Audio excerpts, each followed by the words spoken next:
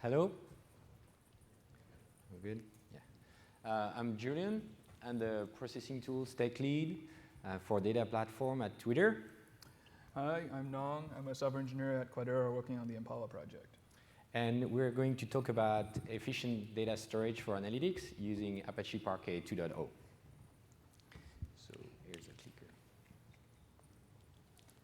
So to give you an outline of the presentation, first we're going to talk about why we need efficiency and what does it mean to be efficient, and the properties of efficient algorithm, how columnar storage enables that efficiency, and in particular how it's implemented in Apache Parquet. So first, why do we need efficiency? So producing a lot of data is easy. In particular at Twitter, we want to instrument the site so that we understand how users are using the features, whether a feature is useful, if it increases engagement, if something works, if it doesn't work. And for that, you instrument not only clicks of searches or things like that, you also instrument display of a tweet or display of a feature of things. So very quickly you generate a lot of events. And it's also easy to produce derived data, right? You just take two data sets, you join them, then you produce a lot more data. So easy solution, we just compress everything, right? You just throw a compression algorithm at it and it shrinks. We can store more data. But well, compression isn't a solution for everything. We don't just need to store that data. We want to query it, right? We want to extract metrics, insights, statistics from it. And so it's not because it's compressed and it's going to be fast to read. And in particular, you don't want to use bzip2 or like gzip. They're usually good compression algorithm, but it's CPU expensive. Everybody who's used Hadoop or MapReduce, they know the progress bar, right? Sometimes it looks like it's not moving. So we don't want to wait. We want compression, but we don't want compression at the cost of reading, the speed of reading. And another big aspect is once you have all that data and you store it in a format that is compact, efficient, you also want to be able to use all those tools that you've heard about at the summit, right? You have different teams. There are people doing machine learning, people doing automated dashboards, people doing ad hoc analysis, exploring the data. And you have many tools that allow doing things with the data. So you really want it to be standard, integrated in everything, framework independent, something you can store your data in efficiently and reuse in all your ecosystem. So typically at Twitter, we have many different teams using that data. And they need to be able to use Spark, to use Pig, to use scalding, whether they use Thrift, like compile time checks when you use the data in scalding, or something more query-like, like Pig, or like you could use Hive. You want it to be usable in all those tools. So that's another very important property. And so, ta-da, enter Apache Parquet, and I'm going to talk about the main design goals, right? So the main design goals of Parquet as a file format is interoperability, space efficiency, and query efficiency. So it's really efficient format that you can reuse everywhere, and once the data is stored, it's something you can reuse. So to give you a little bit of the history, like fall 2012, Twitter was working on a prototype. So we use Thrift a lot, which is like you have an ideal and you can describe nested data structure, and it produces serialization format. We're using that a lot for client-server communication and persisting the logs, and we were looking for a better format. So we started prototyping something, a columnar store based on the Dremel paper, and we started talking about it, and the Impala team started prototyping something on their side for Impala to have an efficient format to store their data. And at that point, we met and we talked about it, and then we joined our efforts to produce Parquet. And that has multiple advantages, like Impala is in C++, and we were interested in the Java side of things, so that makes a format that is language independent and very well specified at the binary level. And and it brought also the C++ requirements like, oh, we have to be careful about little endian versus big endian.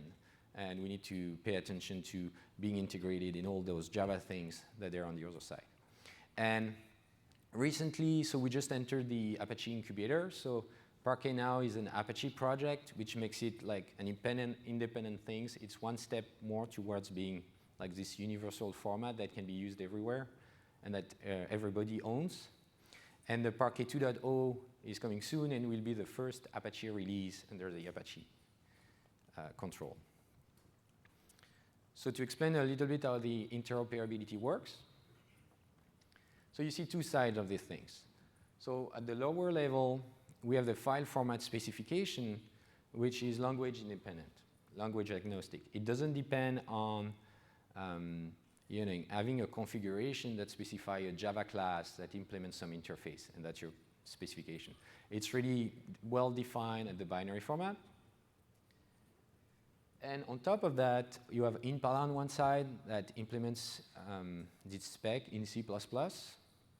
And we are currently working on providing a reusable library for the encoding specification so that they can be reused if other C++ projects want to do the same thing. And on the other side, we have the Java implementation that provide a converter interface, which is event-based and enables integrating any of the existing object models into it. So we have a bunch of sub-projects, Parquet Avro, Parquet Thrift, Parquet Proto, Parquet Pig, that know how to convert back and forth from those object models to the format, and that avoid double conversions, right? There's no intermediate object model in Parquet. It directly goes, the converter goes from the original model that you're using directly to the file format and back.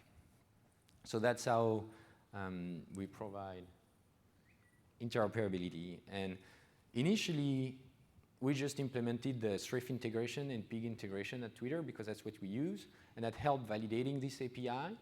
And quickly, came from the community, all those other integrations that exist today, and I'm going to list, they all came from the community, right? Because it was easy to integrate, and there was a clear path, and we were welcoming, doing reviews and integrating that.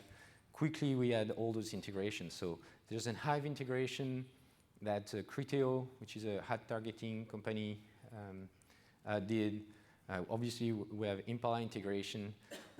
Hog from Greenplum uses Parquet. IBM BSQL can use Parquet. Drill, Apache Drill can use Parquet. Tajo, which is another SQL query engine, and Pig, Presto. So that's for the query engine side of things. To be fair, the Presto pull request is still in flight, so it's not yet merged, but it's coming. And frameworks like Spark, MapReduce, Cascading, Crunch, Scalding, Kite, all integrate Parquet. And on the data model side, Avro, Thrift, Protocol Buffer, and plain old Java objects. There's a pull request in flight to enable mapping directly objects, your Java classes, into the Parquet format. And so now that I explained how this is interoperable, I'm going to talk a little bit about how columnar format enables this having an efficient format. So first, talking a little bit about the layout of the file. So we have nested schema, and I will explain a little later how we get from these nested data structures that support nesting structures and lists into columns and a table representation. But so if you have a row-oriented layout, as you see on that first line, you're going to interleave all the columns, right? You have all the data for the first row, then the second row, then the third row, and so on and so forth. Right, so you encode one value at a time. Every next value can be a different type. It's all heterogeneous store. If you do a column layout, you first store all the values for the first column, and then all the values for the second column, and so on. And what that enables is now all the value for that same column, they're all the same types, and they're all homogeneous. So instead of using encodings that encode one value at a time, you would use encodings that encode an array of values at a time.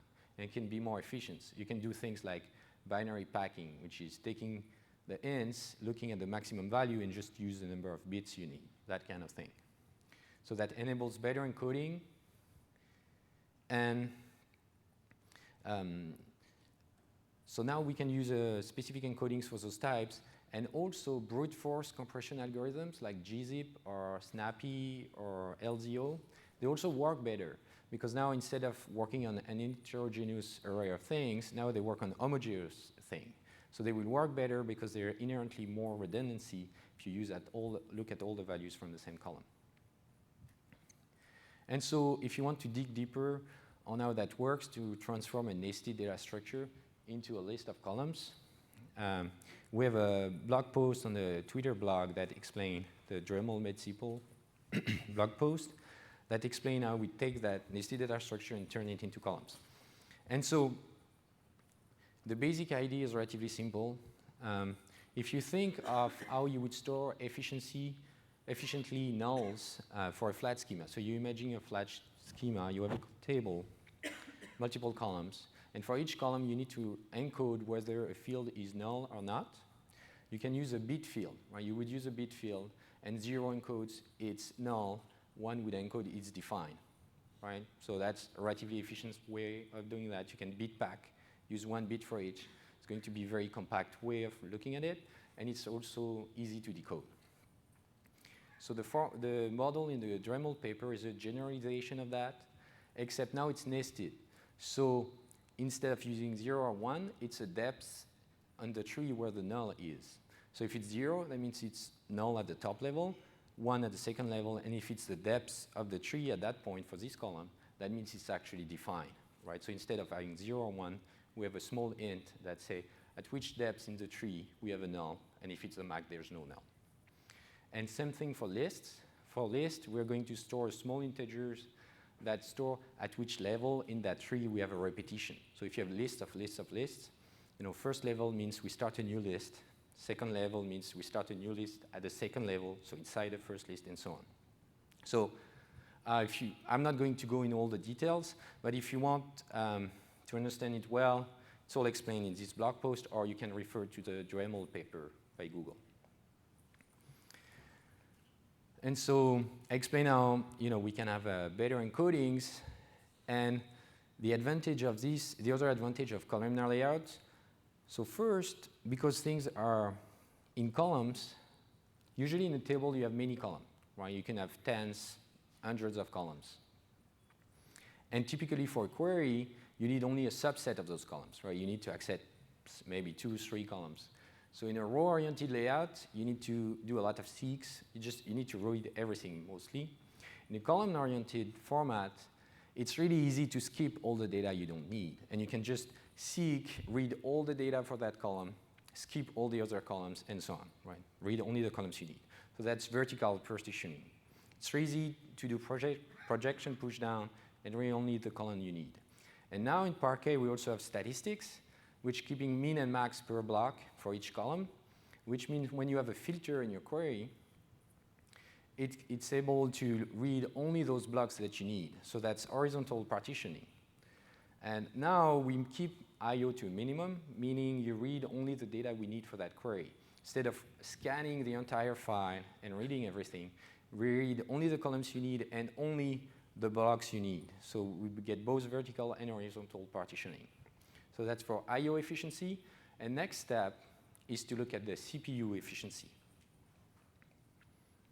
So I'm going to talk about the properties of efficient algorithms. So if we want to implement an efficient algorithm, the first thing is to understand, how modern processors work. And in modern processors, and it's been for a while, to increase the throughput of processors, now an instruction is split into multiple steps. And there's a processor pipeline, and executing an instruction is going one step at a time in the processor, and which means that the processor can use multiple areas that do different things in parallel. What that also means is multiple instructions, instead of being executed sequentially, they get executed concurrently, which means that the next instruction starts executing before the previous instruction is finished. So in that first example here, that's the ideal case. So we have imaginary 4 instructions, ABC, that goes through the pipeline, and we have the time going on, the clock ticking here. And so instruction A starts being processed here, and then here it's done, right? And instruction B starts processing. But because B starts before A is finished, whenever there's a jump in the code, a branch, the processor needs to guess, well, I don't know yet what's the next instruction, so I need to guess which one is the next, and I'm going to prepare this one. And if I'm wrong, well, I just dump the data and just prepare the next one. But on average, we're using one clock cycle per instruction, but whenever this prediction is wrong, the processor guessed wrong, then now we have what's called a bubble, which means the pipeline needs to be flushed and we need to start over. So all those cycles get wasted. So on average, if everything goes fine, it's one cycle per instruction. But whenever there's an error, we have a bubble and we lose a lot of cycles. And here I have an imaginary 4-step pipeline for my slide, but it's actually more 12 cycles than you waste when you have a misprediction. And so I talked about the jumps. Typically, things that create bubbles are if statement. Obviously, if you have an if statement, you go there or there. Loops, whenever you have a loop, you jump back to the beginning of the loop. Virtual calls, whenever you have a function that is a virtual call, a method in an object, genericity, that's when you have a data-dependent jump, right? Depending on the type of the object, we're going to jump somewhere or somewhere else. Or data dependency, right? If you execute the next instruction, you need to wait for the previous to be finished, then you have a bubble as well. So that means those algorithms need to be optimized for these kind of things. Avoid jumps, or make jumps in a way that is highly predictable by the processor, or avoid data dependency. The other aspect to look at is a processor cache. So typically, the processor goes much faster and produces, executes instructions much faster than it can transfer data on the bus to the main memory of the computer. So to help with that, modern processors have several levels of cache. Right? There would be a cache layer per core, and then cache layers on top of that for all the cores on the processor. And it tries to keep the data as close to the processor as it can, which means execution will be much faster when the entire working set of data we're working on can fit in the processor cache. And because you can copy all the data in the cache, and the processor will work with it at its local speed, which is really fast, then when it's done, you can flush that to main memory, bring something else, and work on it. And whenever you have some kind of random access to memory, or the processor doesn't do very well locality of working with things that are contiguous, you're going to do a lot of flush to the main memory.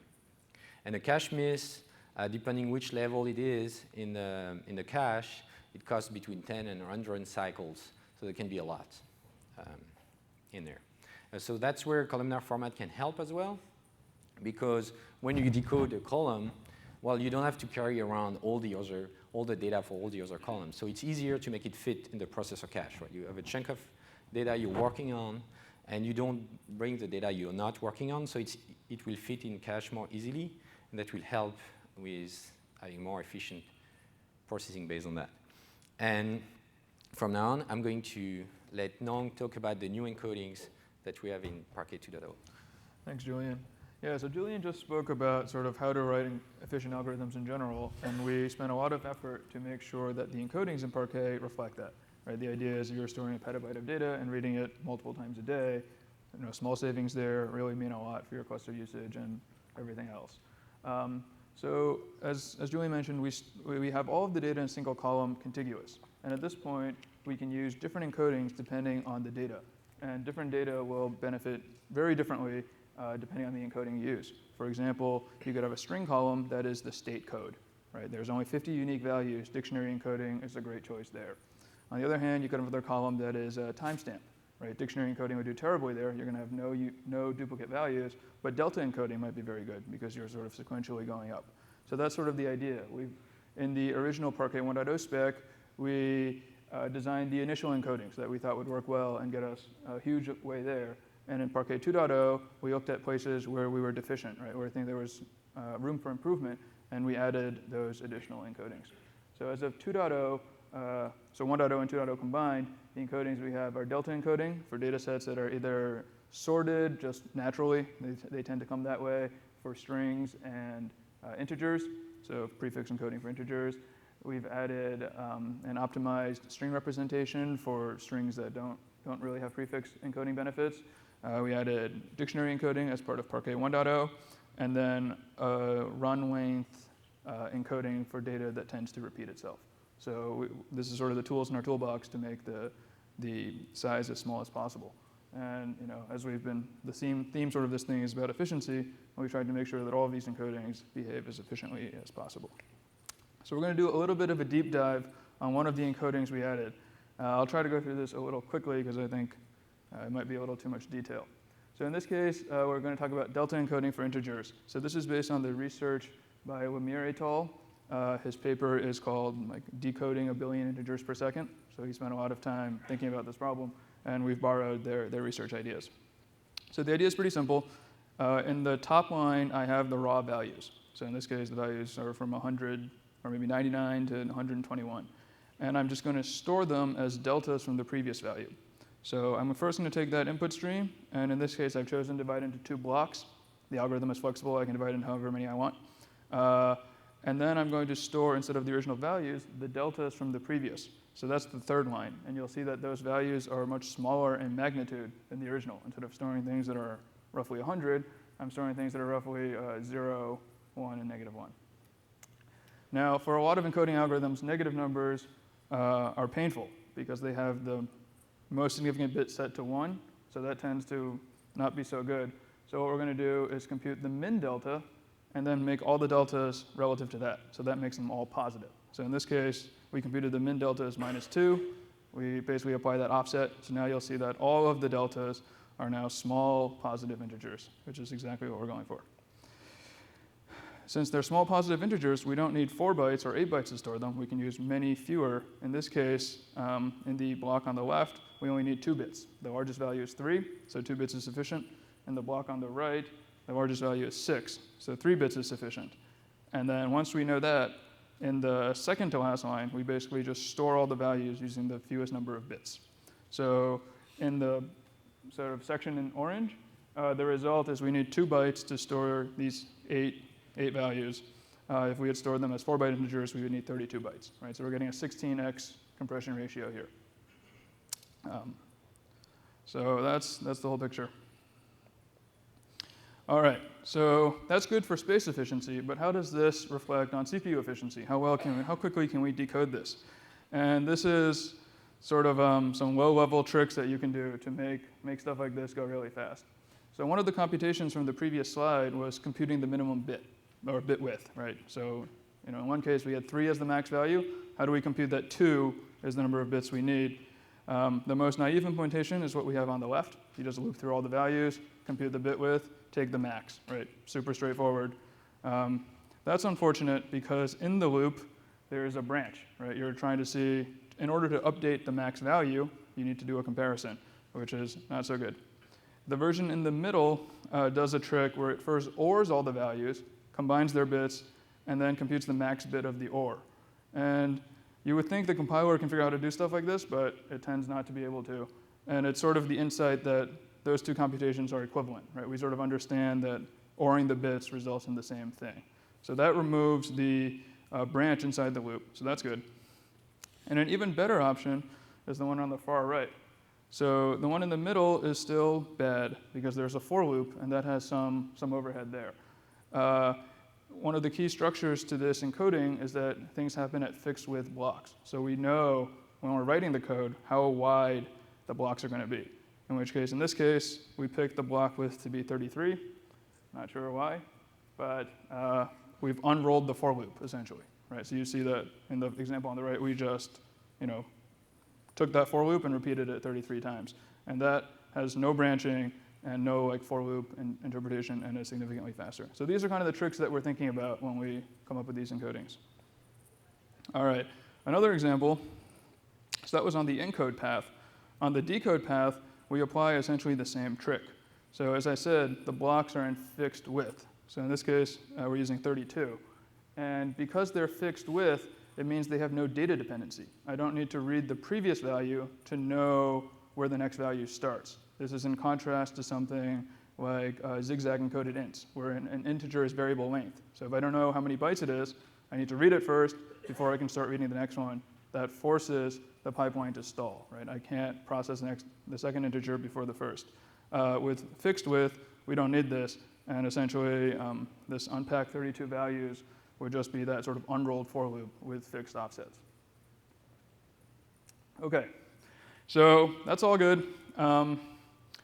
And next, we're going to look at some micro benchmarks of this encoding. So, how did it actually do on some of these data sets? So in this case, the data, so obviously the encoding is going to depend tremendously on the data, right? Different data encode differently. So in this case, we've picked one of the columns from the TPCH line item benchmark. So line item is the fact table, and in this case, we're running the encoding on the primary key. So the primary key tends to have the property that all the values are unique, and they naturally are relatively sorted, right? That is just like you're sort of appending an incremental ID. They're not completely sorted, but a lot of it is just naturally sorted. So the way to look at this is the bars in blue is with no compression, so no out-of-the-box compression. The bars in green is with snappy compression, so just a popular standard generic compression codec. And you can see that in both cases, by adding delta encoding, we're getting about, say, a 3x decrease in size, right? So if we compare uncompressed unencoded to compressed encoded, so that's the two blue bars, we see about 3x, and likewise for the green bars. And you can see that if we don't use snappy at all, just the delta encoding gets us about half of the way there.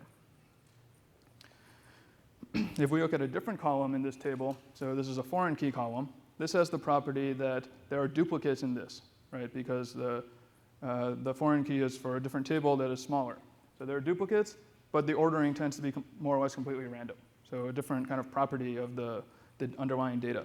So again, the colors mean the same thing, and you'll see that we get roughly the same 3x size savings with delta encoding. But in this case, the results are actually even better. The delta encoding with no compression codec is better than snappy. So our custom integer codec is reducing the space much better than snappy is. So that's sort of the goal. All right, to sort of summarize all this, here's a graph that might help.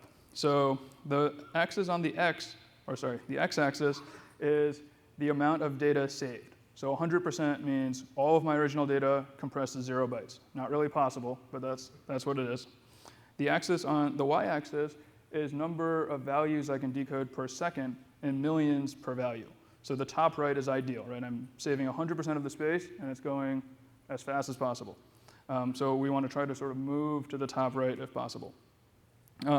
So with plain encoding, where we basically don't encode at all, you'll see that we get zero space savings, and we're running extremely fast, maybe 1.3 billion per second. That's sort of as fast as the chip can do anything.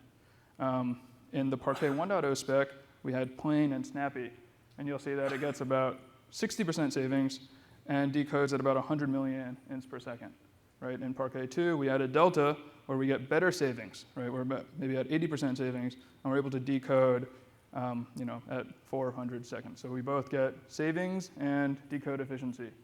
And that research paper I mentioned, they claim they can get 1 billion, and I think as we improve our code, there's no reason we wouldn't get there too. They're using very specific hardware instructions to get those results, which are well-known techniques that we plan to replicate. All right, so those are micro benchmarks on how this thing is doing. How does it really work on real data sets? So in this case, this is not specific to the 2.0 encodings. This uses sort of the best encodings we have between Parquet 1 and Parquet 2. So here we're looking at on-disk size. So we're looking at two tables from two different benchmarks. The one on the left is line item from TPCH, and the one on the right is store sales from TPCDS. I think that slide is a typo. It's the 1 terabyte scale factor, not 100 gigabytes, but it doesn't really matter. So here we're looking at the relative sizes between the common Hadoop file formats. So unless otherwise specified, all of the things are benefiting from snappy compression. So we first encode it in whatever that format is, then we apply the general compression algorithm. So you can see on line item, text uncompressed, so the raw CSV data is considerably bigger than the other ones. In the other file formats, sequence, avro, text, RC, or sorry, text compressed and RC are all roughly the same size. And the reason here is that the file format doesn't really offer much opportunity for encoding, so what we're really measuring is how effective is snappy. That's why they all sort of show up at roughly the same size. RC, the previous more popular Hadoop columnar format, is a little bit better because of grouping things by columns and making things a little bit more homogeneous. So you can see in Parquet 1, we're able to shrink things quite a bit, right? And particularly on the case on the left. And then with the additional encoders we added it in 2.0, we're able to shrink it by maybe another 30%. So sort of the space savings that we're looking for. All right. And then how does the space savings translate to query performance? So in this case, it's a little bit different than that micro benchmark performance I was showing you, where I was comparing plain and snappy to delta uncompressed. Right? So one had a compression and one didn't. In this example, we're showing delta and snappy. So it's a little bit different than that previous number. But you can see, in this case, how Impala performs across a variety of queries. So Impala has published a few benchmarks based on the TPC DS workload. And we've grouped the queries into 3 different buckets: interactive reporting and deep analytics. They roughly correspond to how much data is scanned. So like, are you looking at the last year, last 2 year, the entire data set? That's roughly how those 3 splits are made. And you can see that with Parquet, the performance is significantly better than any of the other file formats. In this experiment, it's a little bit cut off, but we've flushed the OS buffer cache between every run, so everything is coming from disk.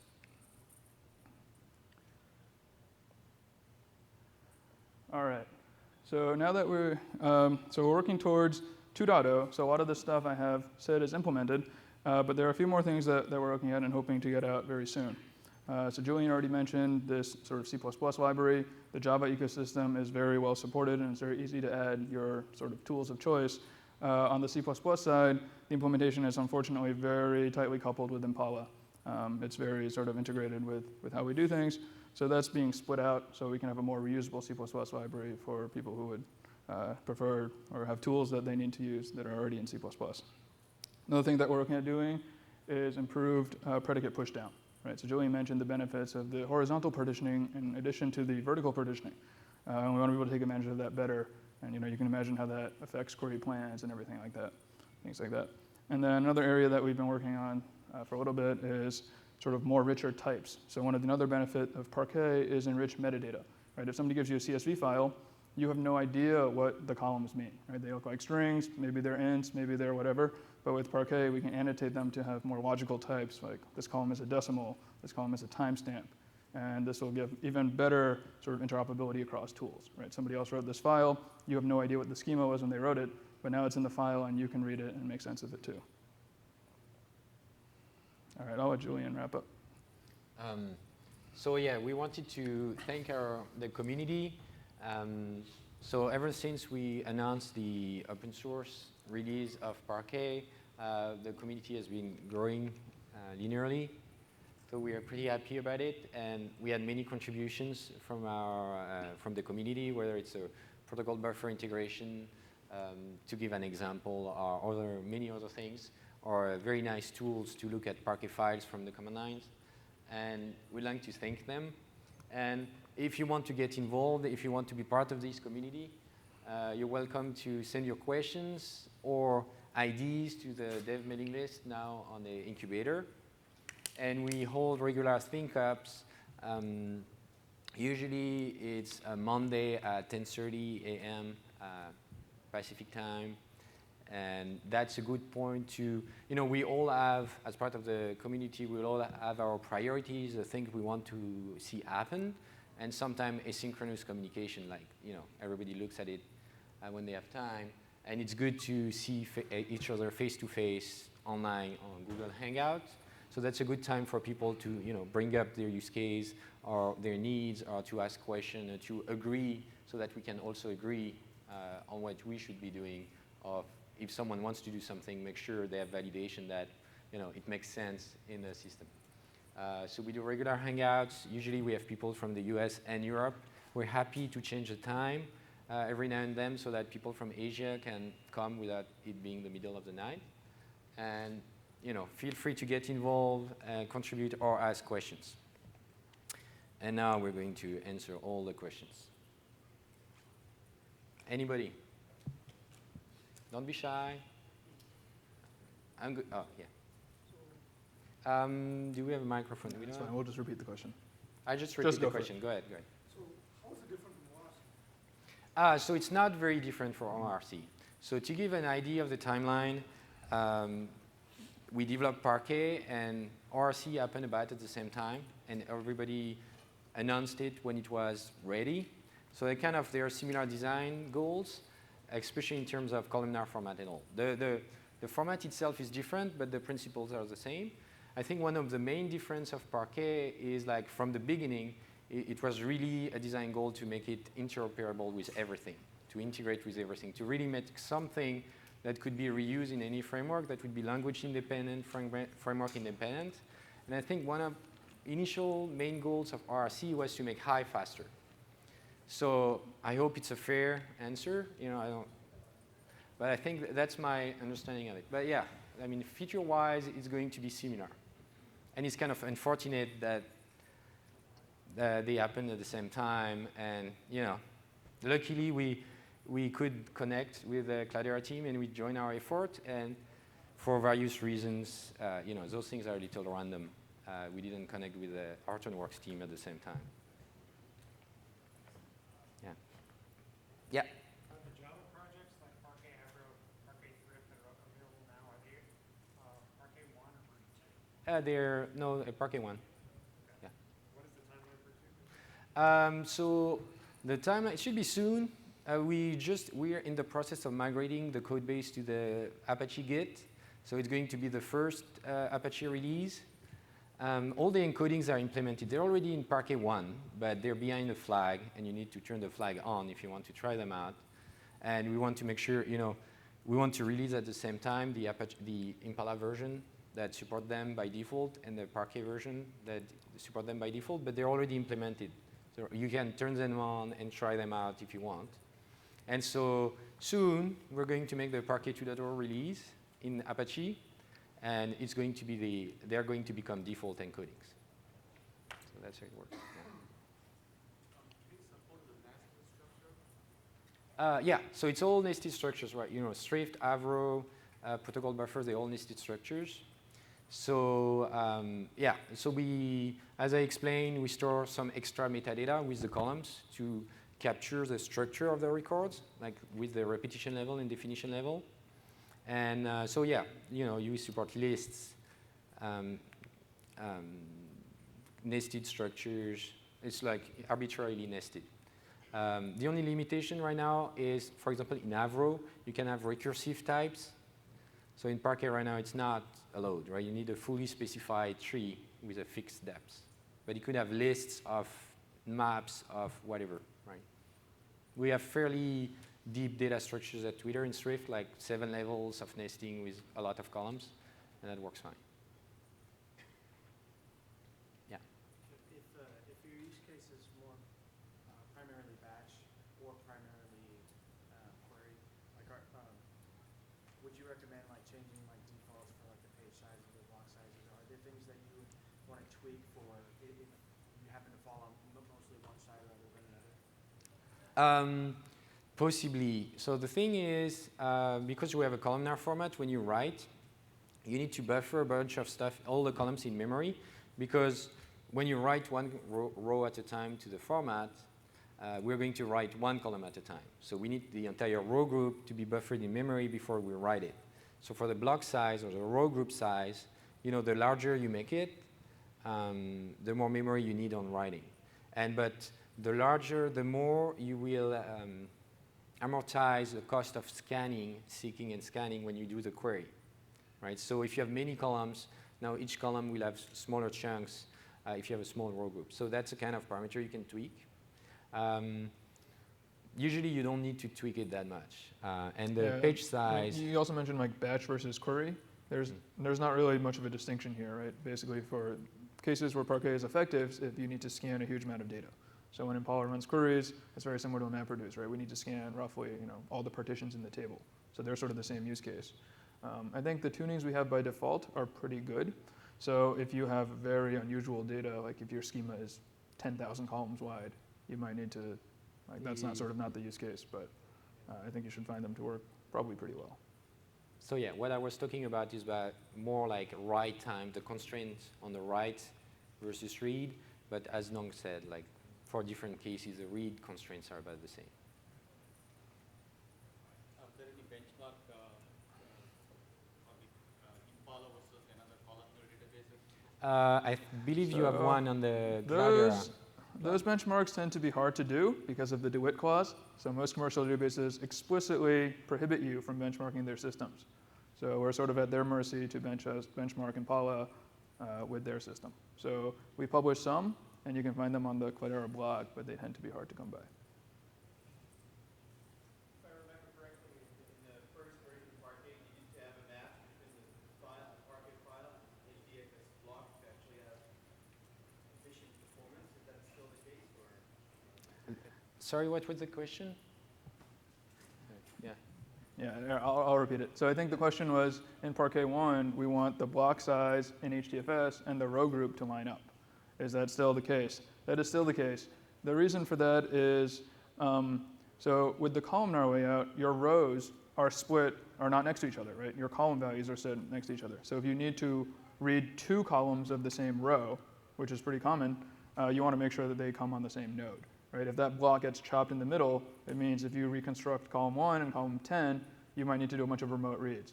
So that's why that restriction is there. And we're out of time. So thank you for your question. Thank you for coming. And please just join the discussion online